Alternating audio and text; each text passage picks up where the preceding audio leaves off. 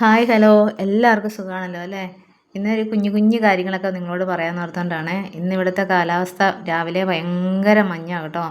ഇതങ്ങ് മാറിയിട്ട് ഇച്ചിരി കഴിയുമ്പോൾ ഭയങ്കര വെയിലാകുമേ. ഇന്നത്തെ മഞ്ഞ് ഭയങ്കര ബുദ്ധിമുട്ട്. ഇതൊരു 7:30 ആയപ്പോഴാണ് കേട്ടോ ഇങ്ങനെ ഇരിക്കുന്നത്. കണ്ടോ, അപ്പു അവിടെ ഇരുന്ന് എന്നാ മഞ്ഞാണെങ്കിലും നമ്മൾ ചെയ്യേണ്ട കാര്യങ്ങളെല്ലാം ചെയ്യുവേ.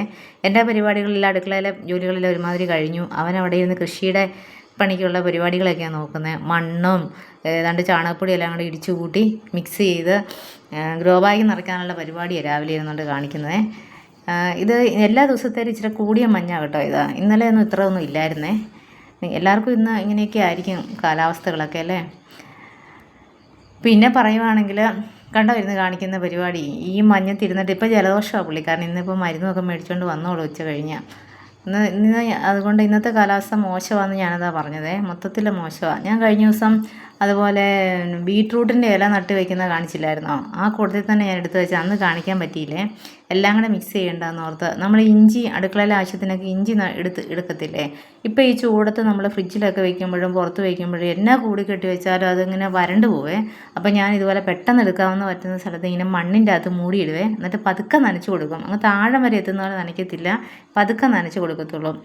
ഇതിപ്പം ബീട്രൂട്ടിൻ്റെ ഇല കാണുമ്പോൾ അറിയാം. ഞാനിപ്പം ആ നട്ട അന്നത്തെ വീഡിയോ ചെയ്തേ. അപ്പോൾ അത് അപ്ലോഡ് ചെയ്തിട്ടുണ്ട് 2-3 ദിവസം ആയല്ലോ. അപ്പോൾ ഇതെല്ലാം കഴിഞ്ഞ് ഒരു 3-4 ദിവസം കഴിഞ്ഞിട്ട് വീണ്ടും ഞാൻ കാണിക്കുന്നുണ്ട്. അപ്പോൾ നിങ്ങൾക്ക് മനസ്സിലാവും ഇഞ്ചി അധികം മുളച്ചൊന്നും കയറിയൊന്നും വരത്തില്ല. നമ്മളിപ്പം ദൂരെ ഇഞ്ചി കേടായി പോകുന്നറിയാമോ. എനിക്കൊക്കെ ഞങ്ങൾ വില കുറച്ച് കിട്ടുമ്പോൾ കുറേ മേടിക്കുവേ. ഇപ്പം ഞാൻ ഇതിൻ്റെ ബാക്കി കാണിക്കുന്നുണ്ട്.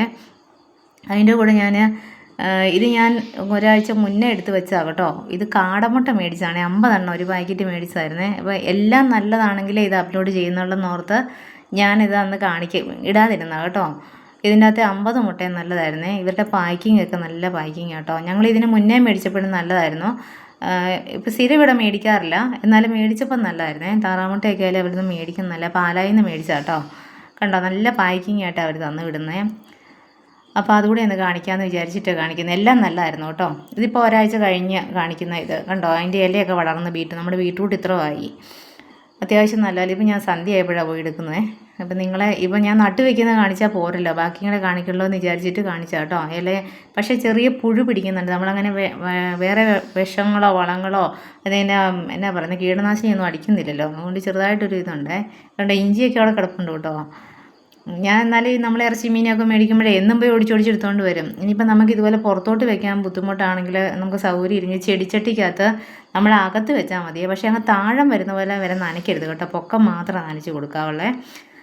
അങ്ങനെ വേണം നമ്മൾ ചെയ്യാൻ. ഇല്ലെങ്കിൽ അത് നമ്മൾ താഴം വരെ അങ്ങോട്ട് നനച്ച് കഴിയുമ്പോൾ മുളയ്ക്കാൻ സാധ്യതയുണ്ട് പെട്ടെന്ന്. പിന്നെ നമ്മുടെ പയറൊക്കെ ആയി വരുന്നു. ഇപ്പം വിത്തൊക്കെ നടാൻ നല്ല സമയമാട്ടോ മുളപ്പിച്ച് നട്ട് വയ്ക്കാൻ. ഇല്ലെങ്കിൽ വലിയ മഴ വരുമ്പോഴത്തേനും എല്ലാം അടിച്ചു തല്ലി പോകുവേ. അപ്പോൾ അന്നേരത്തേനും നമുക്ക് എനർജറ്റിക് ആയിട്ട് എടുക്കണം. അപ്പോൾ എല്ലാവരും ലൈക്കും ഷെയറും ഒക്കെ ചെയ്ത് സബ്സ്ക്രൈബൊക്കെ ചെയ്ത് സപ്പോർട്ട് ചെയ്യണേ.